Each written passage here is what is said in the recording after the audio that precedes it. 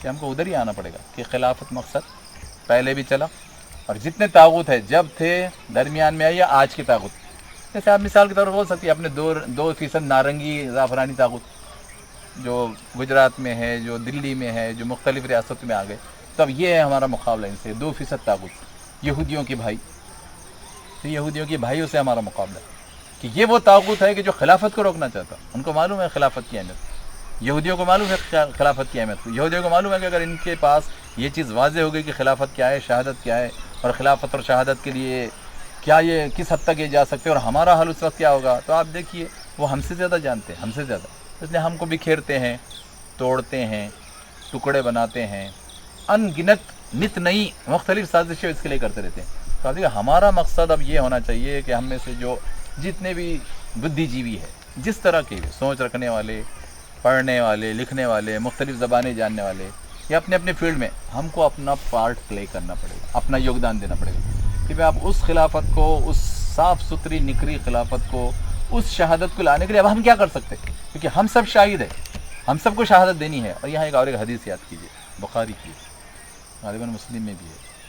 اللہ کے رسول محمد مصطفیٰ صلی اللہ علیہ وسلم نے ایک بار نہیں، 2 بار نہیں، 3 بار تاکید کے ساتھ ایک حکم دیا. آپ جانتے ہیں کہ جب رحمت عالمین 2 بار اور 3 بار کوئی بات کہتے ہیں تو وہ تاکید کی جائے، تاکید کی. تو آپ نے ایک بار بہت تاکید کے ساتھ یہ بات کہی صحابہ کو کہ وَأَنْتُمْ شُهَدَاءُ اللَّهِ فِي الْأَرْضِ، وَأَنْتُمْ شُهَدَاءُ اللَّهِ فِي الْأَرْضِ، وَأَنْتُمْ شُهَدَاءُ اللَّهِ فِي الْأَرْضِ. انتم تم ہو، عربی میں تم، اپنے جو اردو میں تم بولتے وہی تم ہو. انتم کہ تم ہو، شہداء شہادت دینے والے، قول سے بھی، عمل سے بھی اور جان سے بھی. تیاری اتنی ہونا چاہیے، تیاری کہ تینوں طرح سے ہم شہادت دیں گے. تو تم ہو وہ شاہد، تم ہو وہ شہید، اور تم کو ہونا ہوگا وہ شہید. کس کے لیے؟ کس کے؟ شہداء اللہ، تم اللہ کے شہید ہو، اللہ کے گواہ، اللہ کی خلافت کے گواہ ہو، اللہ کے اس پورے نظام کے گواہ ہو، اللہ کی اوپری ویوستھا کے گواہ ہو، اللہ کی اس کتاب کی گواہ جو آئی ہے، اس زبان کے ساتھ جو آئی ہے، اور اس کتاب کا چلتا پھرتا نمونہ. دیکھیے اس پیرائے میں بات کرنا چاہیے. تھیری ہے، قرآن مجید تھیری ہے، پرنسپلس ہے، نیم ہے، رولس اور ریگولیشنس ہے. اس کا پریکٹیکل کون ہے؟ محمد مصطفیٰ صلی اللہ علیہ وسلم. ایک تھیری ہے اور ایک پریکٹیکل ہے. ایجوکیشن سسٹم میں یہ ہوتا ہے نا کہ ایک تھیری ہوتی ہے، ایک پریکٹیکل ہوتا ہے. تو قرآن تھیری ہے اور رحمت عالمین پریکٹیکل ہے. تو دیکھیں یہ تھیری اور یہ پریکٹیکل، آپ کو دونوں کے شہید بننا ہے. قرآن کے بھی گواہ بنیں گے آپ، اور رحمت عالمین کے بھی گواہ بنیں گے آپ، کیونکہ ایک تھیری ہے، ایک پریکٹیکل ہے. اور تھیری اور پریکٹیکل کو آپ تقسیم نہیں کر سکتے، الگ نہیں کر سکتے. کسی کی اہمیت کو آپ کم نہیں کر سکتے. دونوں چیزیں ہوتی ہیں. ہاں یہ اور بات ہے کہ آپ ضعیف روایتیں نہیں لیں گے اور ضعیف چیزیں نہیں لیں گے، مگر جو صحیح روایتیں ہیں، جو قرآن سے نہیں ٹکراتی، جو قرآن کے مطابق ہے، اور جو اس پورے خلافت کے منصب قرآن سے پیش کرتی ہے، وہ آپ لیں گے، وہ برابر لیں گے، اس کے تحت کام کریں گے. تو آپ دیکھیے وہ لینے کی ضرورت اور وہ چلانے کی ضرورت. پھر اب آپ کیا کریں؟ یہ جو ہدایت ہے کہ وَأَنْتُمْ شُهَدَاءُ اللَّهِ فِي الْأَرْضِ، تو فی الارض اب آپ کسی محض ایک گروہ، ایک مقام، 2 مقام کی نہیں، آپ پورے دنیا کے لیے. آپ کو پوری دنیا میں یہ پورے عرض پر، ارتھ پر، ارتھ جو بنا انگلش میں وہ یہ ارض سے ہی آیا، عربی کے ارض سے، ارتھ. تو آپ پورے ارتھ اور پوری دنیا کے لیے ہے. یہ جو ارض اللہ تعالیٰ نے استعمال کیا پوری دنیا کے لیے لفظ، تو آپ پوری دنیا کے لیے اب اللہ کے گواہ ہے. تو اب اللہ کے گواہ بننا ہے پوری دنیا کے لیے، پوری انسانوں کے لیے، پوری انسانی جمعیت کے لیے. اور آپ کی دعوت دینا ہے. انداز الگ الگ ہو سکتے، آپ کا ذریعہ الگ الگ ہو سکتا، لیکن بننا ہے خلیفہ. خلیفہ بھی بننا ہے، خلیفہ یعنی صرف شاہد نہیں بننا ہے، بلکہ وہ جو پہلی خلافت شروع ہوئی باپ سے، آدم علیہ السلام سے، وہی خلیفہ آپ کو بھی بننا ہے. یعنی وہی خلافت کا تسلسل ہے کہ ہر آدمی اپنی جگہ خلیفہ ہے. ہر آدمی کو اپنی جگہ خلیفہ بننا پڑے گا. ہر خاتون کو اپنی جگہ خلافت کی ذمہ داری ادا کرنا پڑے گی. ہر خاتون کو، ہر بچی کو، ہر بچے کو وہ خلافت کی ذمہ داری ادا کرنا پڑے گا. تو آپ دیکھیں آپ یہ لیں گے اور آپ یہ دیں گے، اور ممکن ہے کہ آپ کی زندگی میں وہ خواب شرمندہ تعبیر نہ ہو، یا وہ مقصد شرمندہ تعبیر نہ ہو. آپ تو کوشش کرتے ہوئے چلے جائیں گے نا، کہ آپ کا اتنا ہی اختیار ہے اور آپ سے مطلوب بھی اتنا ہی ہے کہ آپ نے قولی شہادت دی ہے کیا، آپ نے عملی شہادت دی ہے کیا، اور جان دینے کا جذبہ تھا کہ جذبہ. وہ مسلم کی حدیث سنی کہ رحمت عالمین محمد مصطفیٰ صلی اللہ علیہ وسلم ارشاد فرما رہے ہیں کہ جس ایمان والے میں شہادت کا جذبہ ہی نہ ہو، شہادت کا جذبہ نہیں ہو، بلکہ اس کے دل میں بھی اس کا خیال نہیں آیا کہ مجھے شہید ہونا چاہیے، منافق آپ نے فرمایا وہ منافق کی موت مرا، آپ نے فرمایا وہ منافق کی موت مرا۔ تو آپ نے یہ بات رحمت عالمین صلی اللہ علیہ وسلم کہ آپ کا یہ جذبہ رہنا چاہیے ہمیشہ، کیا یہ تینوں شہادتیں میں دینے کی کوشش کروں گا، قولی، عملی اور جانی۔ میں تو تیار ہوں، اللہ موقع دے تو بہت اچھا، نہیں تو کوئی بات نہیں۔ اور کیا مرتبہ ہے شہید کا اللہ کے پاس کہ اللہ کے رسول محمد مصطفیٰ صلی اللہ علیہ وسلم ارشاد فرماتے ہیں کہ شہید کا پہلا قطرہ خون ابھی زمین پر گرنے بھی نہیں پاتا زمین پر، تو وہ تو جنت میں ڈال دیا جاتا ہے، کیونکہ جسم اللہ کے لیے کوئی معنی نہیں رکھتے، باڈی اللہ کے لیے کوئی معنی رکھتے، اس کی وہ روح اور نئی باڈی۔ اچھا، وہ نئی باڈی کی بات اللہ تعالیٰ نے، اللہ کے رسول نے بتائی صحیح حدیث میں کہ اللہ کے رسول نے فرمایا کہ اس کو پرندوں کے قالب میں، کیونکہ پرندوں میں کیا ہوتا ہے کہ فیزیبلٹی بڑھ جاتی، یہاں جائیے وہاں جائیے، یہ کھائیے وہ کھائیے، فیزیبلٹی بڑھ جاتی، شاید اس لیے اللہ کے رسول نے اور اللہ نے اس کو پرندوں کے قالب میں بنایا۔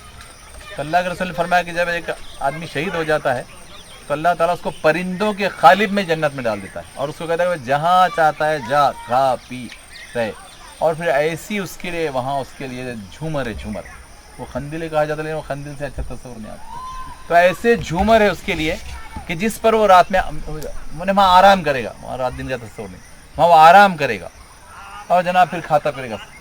اور اللہ تعالیٰ نے جو بات ارشاد فرمائی قرآن میں وہ لفظ نہیں، اللہ تعالیٰ نے فرمایا کہ دیکھو ہماری راہ میں جو مارے جائے نا انہیں مردے بھی نہ کہو، ہم یہ بھی نہیں کر سکتے۔ وَلَا تَقُولُوا لِمَن يُقْتَلُوا فِي سَبِيلِ اللَّهِ أَمْوَاتٌ، انہیں موت، اس کو موت مت کہو، موت، اور انہیں مردہ مت کہو، مردہ جو ہماری راہ میں مارے جاتے ہیں، وہ شہید ہے، وہ شہید ہے، انہوں نے گواہی دی، وہ جو جانی شہادت تھی نا تیسری آخری، انہوں نے وہ گواہی دی۔ اور اللہ تعالیٰ کہ وَلَٰكِن لَا يَشْعُرُونَ، سمجھ تم کو نہیں ہے، تم کو شعور و سینس نہیں ہے کہ وہ کس مقام پر گئے اور کیا مقام وہ پا گئے۔ اور اللہ تعالیٰ نے جو لفظ ان کے لیے استعمال کیا قرآن میں وہ یہ ہے، سورہ آل عمران 8واں چوتھے پارے کا 8واں، وہاں اللہ تعالیٰ فرماتا ہے بل ہم یرزقون، ہم رزق دیتے ہیں ان کو، وہ مرے نہیں، وہ مردہ نہیں، وہ ابھی بھی رزق پا رہے ہیں، ہم رزق دیتے ہیں، ہم وہاں کا جنت کا رزق دیتے ہیں ان کو۔ یہ بات اللہ تعالیٰ ان کے بارے میں ارشاد ہے۔ یہ ساری چیزیں ہمارے ذہن میں رہی۔ ہم آدم علیہ السلام سے آئے، آدم علیہ السلام سے کہ آدم علیہ السلام سے کیا ہوتا رہا، درمیان میں وہ 1,23,998 انبیاء سے کیا کہا اللہ تعالیٰ، پھر رسول اللہ نے کیا کیا، رسول اللہ کے بعد والوں نے کیا کیا، خلافت راشدہ، حضرت عمر، حضرت حسین، اور وہ سلسلہ آج تک اور چلا جا رہا ہے، سیریا میں چل رہا ہے، مصر میں چل رہا ہے، میانمار میں ایک حد تک چل رہا ہے، ہر جگہ وہ سلسلہ چل رہا ہے۔ تو آپ دیکھیے ہم بھی اس کے ساتھی ہیں، ہم بھی اس کے گواہ ہیں، اور ہم کو بھی اس کا حصہ دار بننا ہے، ہم کو بھی اپنے اس میں یگدان دینا ہے۔ آج کی سب سے بڑی شہادت جو ہے قولی، عملی، جان کا اللہ جب موقع دے، جب بھی دے اور جیسے بھی دے۔ دیکھیے قولی جو اس وقت شہادت ہے قولی، اس میں آپ کی زبان اور زبانوں میں آپ کی جو ریجنل لینگویج ہے، ریجنل جیسے مراٹھی یا نیشنل لینگویج ہندی اور انگلش یا انٹرنیشنل لینگویج انگلش، تو آپ کو اس میں بھی یہ قولی شہادت دیں، قولی شہادت کہ اس میں ہم جو ہے اسلام پیش کریں، ہم اسلام کی دعوت دیں اور اسلام کے بہترین شاہد اور گواہ اور نمائندے بنے اس میں، اس زبانوں میں۔ تو آج اس کی ضرورت ہے، اور یہ جو کام کچھ لوگ کر رہے ہیں، ہمارا مقصد وہی ہے کہ یہ جتنے لوگ ہیں ہمارے سب بھائی بہن ہیں، سب بھائی بہن، کس علاقے سے آئے، کیا نام رکھا ہے انہوں نے، کس، وہ سب دویم، اصل چیز ہے کہ ہمارے ماں باپ کے بچے ہیں، پہلے ماں باپ کے بچے آدم کے بچے، تو پہلے پتا جی آدم، پہلی ماتا جی ہوا۔ تو اب دیکھیے یہ جو ویژن ہے اور یہ جو گہرائی ہے وہ آنا چاہیے کہ پہلے ابا آدم علیہ السلام، پہلے امی حوا علیہ السلام، اور ان کو بڑھے تو پتا جی، ماتا جی، انگریزوں کو بڑھے تو فرسٹ فادر، فرسٹ مدر۔ تو یہ جو ویژن آنا چاہیے، صرف ویژن ہی نہیں، محبت آنا چاہیے نا۔ ویژن آنا آسان ہے، محبت آنا مشکل ہے، محبت لانا چاہیے، اس لیے کہ اللہ تعالیٰ وہی چاہتا ہے، اور اس لیے کہ رحمت عالمین محمد مصطفیٰ صلی اللہ علیہ وسلم وہی چاہتا ہے کہ ویژن کے ساتھ وہ محبت آئے، وہ محبت کہ دیکھو ایک ماں باپ کے اندر سب بھائی اور سب بہن۔ آپ کو افسوس ہونا چاہیے بھٹک رہے ہیں، شانتی کی تلاش میں بھٹک رہے ہیں، شانتی کلمے میں ہے، شانتی قرآن میں ہے، شانتی اس نظام میں ہے، اور پریپورن شانتی یہ نظام میں ہے، خلافت نظام یہاں بھی وہاں بھی۔ تو دیکھیے ہم تڑپ جانا چاہیے، تڑپ جانا چاہیے، اور ایک ذرا سا اپنی آرتھک جو ویوستھا ہے نا اس کو سیٹ کر کے، کیا میں ٹیچنگ کروں گا یا بزنس، باقی سارا ٹائم ادھر دینا چاہیے، یعنی ہم کو اپنے آپ کو اس طرح سیٹ کرنا چاہیے، اور اپنے ساتھیوں کو، گھر والوں کو، بچوں کو ایسا بنا، دیکھو سیٹ کر لو ذرا سا کہ ہاں میں 8 گھنٹے ادھر دوں گا یا 6 گھنٹے، اور باقی سارا کام ادھر کا ہی کرتا رہوں گا، کہ یہ خلافت کی شہادت کیسے دوں اور شہادت کو کیسے عام کروں۔ تو ہم کو اس لیول پر کام کرنا چاہیے۔ تو آئیے میں آخر میں اللہ تعالیٰ سے دعا کرتا ہوں اللہ سبحانہ و تعالیٰ تو نے جو پہلا مقصد دیا پہلے انسان سے کہ انی جاعل فی الارض خلیفہ، تو اس کا صحیح شعور، صحیح سمجھ، صحیح یوگدان دینے کی سمجھ ہم کو عطا فرما کہ ہم جس جگہ ہے، جس مقام پر ہے، جس صلاحیت کے ساتھ ہے، جس ٹیلنٹ کے ساتھ ہے اور جن اپرچونیٹیز کے ساتھ ہے، تو اللہ تعالیٰ کو توفیق دے کہ ہم وہ شہادت کا کام کر سکیں، قولی بھی دیں، عملی بھی دے، اور اللہ موقع دے تو جانی بھی دے، حیاتی شہادت بھی دے۔ اور جو لوگ کام کر رہے ہیں ان کے معاون بنے، ان کے لیے کام کریں، ان کا تعاون کریں، ان کی آواز پھیلانے والے بنے، چاہے فیس بک پر ہو، چاہے واٹس ایپ پر ہو، سوشل میڈیا پر ہو، چلتے پھرتے ہو، گلیوں میں ہو، جہاں ہو آپ یہ کام کرتے ہیں، دعوت ہم یہ کام کرتے ہیں۔ اور جب ہماری جان جائے تو ہم بہت مطمئن جائے کہ اللہ میں نے قولی، عملی، جانی تینوں شہادت میری حد تک کچھ کی، میری بیوی کو سمجھاتا رہا، میرے بچوں سے کہا، میرے رشتہ داروں سے کہا کہ بھئی یہی کرتے رہو اور تیرے دربار میں پہنچو۔ اتنے مطمئن آپ رہیں گے اور اتنے مطمئن مریں گے کہ کچھ مت پوچھیے، آپ کو کوئی افسوس نہیں ہوگا کہ نہیں وہ پلاٹ کا کیا ہوا، آپ کو کوئی افسوس نہیں ہوگا کہ نہیں 2 ہی روم رہ گئے، 5 روم نہیں بنا سکا، آپ کو کوئی افسوس نہیں ہوگا، کیونکہ یہ سب ملنا ہے وہاں یہ سب ملنا ہے، لیکن یہ نہیں ملنا ہے نا کہ یہ موقع جو کام کا موقع ہے اور یہ جو بڑا ویژن ہے اس کو ادا کرنے کا موقع نہیں ہے نا۔ تو آئیے اللہ تعالیٰ سے دعا کرتے کہ اللہ تعالیٰ ہم اس کی صحیح سمجھ اور شعور دے، اور ہمارے وقت کا، جان کا، مال کا، صلاحیت کا بڑا حصہ تیری راہ میں، تیرے کاز میں اور اس ویژن کے ساتھ، اس خلافت کے مقصد کا، شہادت کی ذمہ داری کے ساتھ تو ادا کرنے کی توفیق عطا فرما۔ ان اللہ و ملائکتہ یصلون علی النبی یا ایھا الذین آمنوا صلوا علیہ وسلموا تسلیما، اللہم صل علی محمد وعلی آلہ محمد وبارک وسلم۔